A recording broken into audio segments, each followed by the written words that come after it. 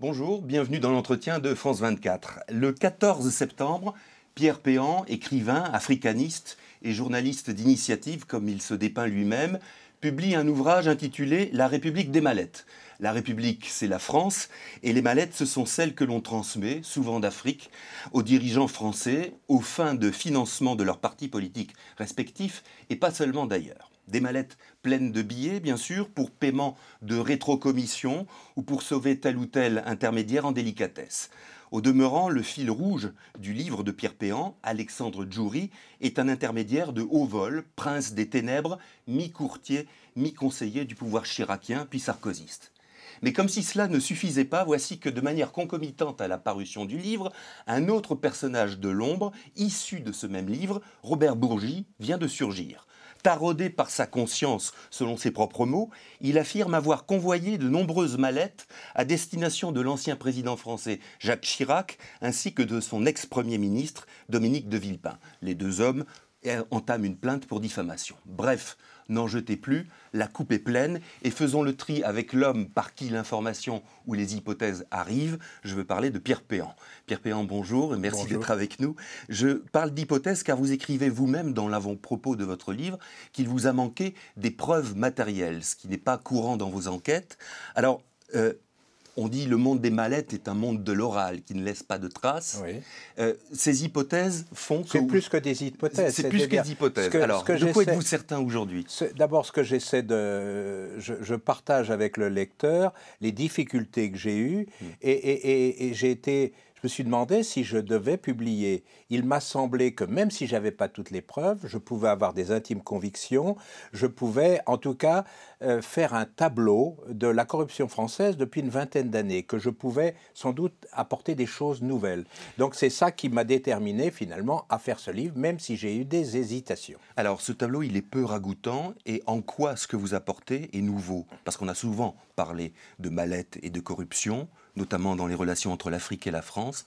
Qu'est-ce qu'il y a de nouveau dans votre livre ? Alors, ce qu'il y a de nouveau, d'abord, c'est l'angle que j'ai pris, parce que j'ai donné de la cohérence à l'ensemble des affaires. Tout le monde connaît l'affaire des frégates, l'affaire Clearstream, l'affaire de l'Angola Gate, l'affaire de Elf, mais j'ai essayé de me servir de chacune des affaires pour dresser ce tableau et montrer qu'aujourd'hui encore, malgré les lois qui ont été prises, qui restreignaient, qui encadraient le financement politique, à la fin des années 80, début des années 90, eh bien, malgré ça, il y a eu des systèmes qui ont été montés, beaucoup plus sophistiqués, et qui supposaient que des hommes qui connaissent toutes les filières financières très sophistiquées, il fallait des hommes nouveaux pour faire ça. Et donc j'essaie de montrer que la corruption n'a pas cessé, et je décris un certain nombre de choses qui, quand on les met en perspective, je pense que c'est complètement nouveau. J'ai décrit notamment ce qui s'est passé en 2004, et donc ça me permet d'éclaircir l'affaire Clearstream, où il y a une bataille d'une sauvagerie incroyable entre le clan Sarko et le clan Villepin-Chirac, et où, au bout du compte, il y a eu même des tentatives de meurtre. Et quel était l'enjeu ? Tentatives de meurtre, c'est-à-dire ? Tentatives de meurtre, puisque c'est Ziad Takieddine, au mois d'avril 2004. Donc lui aussi conseiller occulte. Eh bien, c'était lui le champion du clan Sarkozy, qui se battait contre le champion du clan Chirac, qui était Alexandre Djouri.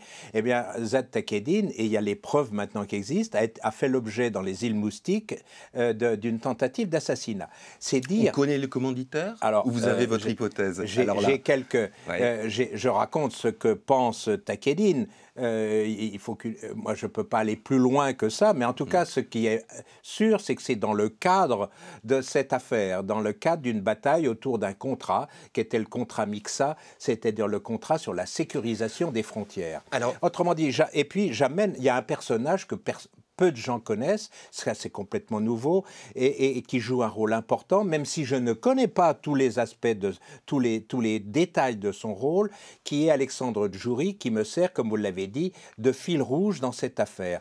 Et donc ce personnage me fascine, parce que c'est au départ un délinquant de Sarcelles, et c'est quelqu'un qui a porte ouverte et qui peut rentrer à l'Élysée, sous Chirac comme sous Sarkozy, comme s'il était chez lui. Alors, ce qu'il y a d'impressionnant, justement, c'est que vous décrivez non seulement j'allais dire, oui, les caractéristiques de la corruption et cet invraisemblable balai de mallettes, mais aussi la puissance politique de ses conseillers, en l'occurrence d'Alexandre Djouri, et la capacité que ce genre de personnage a d'influer, mais à quel niveau exactement? C'est ça, dans quelle mesure sur la politique française? C'est ce qui, effectivement, m'a intéressé le plus. C'est-à-dire, si on avait l'habitude d'intermédiaires, ils se contentaient grosso modo d'apporter des mallettes ou d'apporter de l'argent. Et de repartir. Et de repartir. Hein, et on les mettait plutôt juste à l'extérieur du palais. Tandis que là, il va à l'intérieur du palais. Et il est sur un certain nombre de dossiers, il est important. Le dossier le plus important où je vois la patte de Djouri, c'est dans le dossier de la filière nucléaire, où il y a un changement complet, où c'est Henri Proglio qui prend la main sur par rapport à Anne Lauvergeon, qui était la patronne d'Areva. Et donc, ce que j'essaie de montrer, c'est qu'il est à la manœuvre. Et donc, dans une affaire de mécano-industriel, il est à la manœuvre.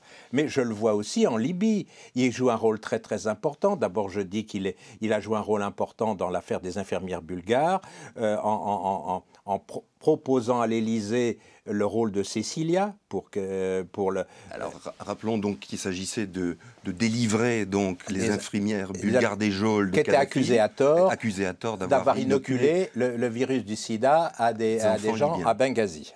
Donc, le monde entier connaît l'existence de ces infirmières bulgares qui sont en prison à tort, et qui souffrent, qui sont torturées. Et donc, Djouri va proposer à Claude Guéant de faire intervenir Cécilia. Pourquoi il le fait? L'ex-épouse du président L'épouse du Sarkozy. président. Et pourquoi il le fait? Parce qu'il a une amitié forte avec un homme proche de Mouammar Kadhafi, qui est Béchir Salah, qui est donc celui qu'on dit être le directeur de cabinet. Donc on le voit sur plein de dossiers, et donc il ne se contente, il a un rôle qu'on n'a pas l'habitude de voir jouer. Il est dans des affaires politiques très importantes. Il est proche de Claude Guéant, que tout le monde s'accorde à dire comme le numéro actuel. Oui, et qui était le numéro 2 du régime. Il est extraordinairement proche de Bernard Squarcini. Il est extraordinairement proche de Proglio, qui est le plus grand patron du CAC 40, patron de EDF. Et donc ça, c'est ça qui est totalement nouveau. Quand vous dites ces pratiques se poursuivent, je pense à un homme clé aussi de votre livre qu'il est devenu, je l'ai cité en introduction, c'est Robert Bourgi. Oui. Il vous a parlé, oui. Il vous dit, au fond, avant de s'épancher publiquement comme il l'a fait, oui. Est-ce qu'il vous dit ces choses-là continuent aujourd'hui? Parce qu'il a été très vague sur Sarkozy. Et à moi, il dit, il se contente de dire ce qui est arrivé entre 1997 et 2005. Et après, il dit « je ne sais rien ». Non, après, il dit même plus, il va même plus loin. Il dit que Nicolas Sarkozy lui a bien dit qu'il ne voulait plus de mallette, plus rien du tout, à part de 2005. Ouais. Bon, c'est pas un hasard si je vais voir Michel de Bonnecorse, qui était le Monsieur Afrique de Jacques Chirac, et que Michel de Bonnecorse me donne une autre version que celle que m'a donnée Bourgi. Mais en tout cas, Bourgi, lui, il voulait dire des choses par rapport à Dominique de Villepin. C'est une évidence. Bon, pour prendre un espace un peu plus large de réflexion, tous ces fonds qui sont donc transférés d'Afrique vers le pouvoir français. C'est pas les fonds d'Afrique. Il faut bien avoir en tête que c'est une petite partie. Oui. On peut les visualiser parce qu'on voit très bien. Mais les sommes dont je parle, c'est des sommes beaucoup plus importantes. Mais si on prend cet angle-là, est-ce que à quoi elles servent finalement ces sommes, si ce n'est à consolider des pouvoirs de type dictatoriaux ou autocratiques? Manifestement, ceux qui donnent des mallettes, dans ce que me dit Bourgi, ce sont des assurances. C'est une prise d'assurance, c'est une façon de MMA. Ça a été le cas d'Omar Bongo, par exemple. Ça a été le cas d'Omar Bongo, ça a été le cas des autres, manifestement. Comment ils ont réagi à votre livre?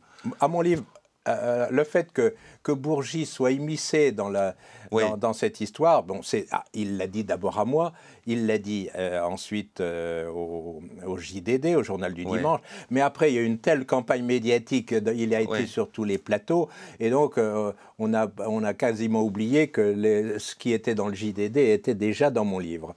Mais il y a des réactions différentes. J'ai cru voir que du côté de chez Gbagbo, on a complètement confirmé qu'il y avait eu des mallettes de données. Oui, parce que ça permettait au clan Gbagbo de se remettre un petit peu au goût du jour. Absolument. Quant à Ali Bongo, si j'ai bien compris, il a dit ça, c'était mon père. Ouais. Hein, et puis il y a un certain nombre d'autres qui disent c'est pas vrai et qui apparemment vont faire un procès à Robert Bourgi. Donc vous dites ce système, il était marqué par des hommes comme... Il est toujours marqué par des hommes comme Djouri, au fond.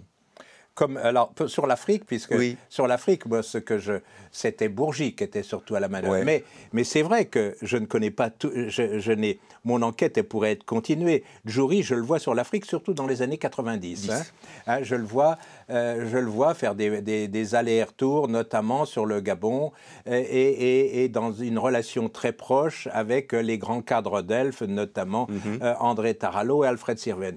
Mais je sais, je peux visualiser un certain nombre de voyages et même d'hôtels à Libreville et ailleurs, mais je ne peux pas aller plus loin, je ne peux pas décrire plus loin. Pour l'instant. Et donc, d'une certaine manière, votre enquête, c'est l'enquête sans fin. Exactement. Et donc, on va pouvoir attendre le tome supplémentaire, le suivant. Merci Pierre Péan d'avoir été avec nous. Vous êtes sur France 24. Vous voyez que vous n'avez aucune raison d'aller voir ailleurs. Tout de suite, des infos supplémentaires. Merci.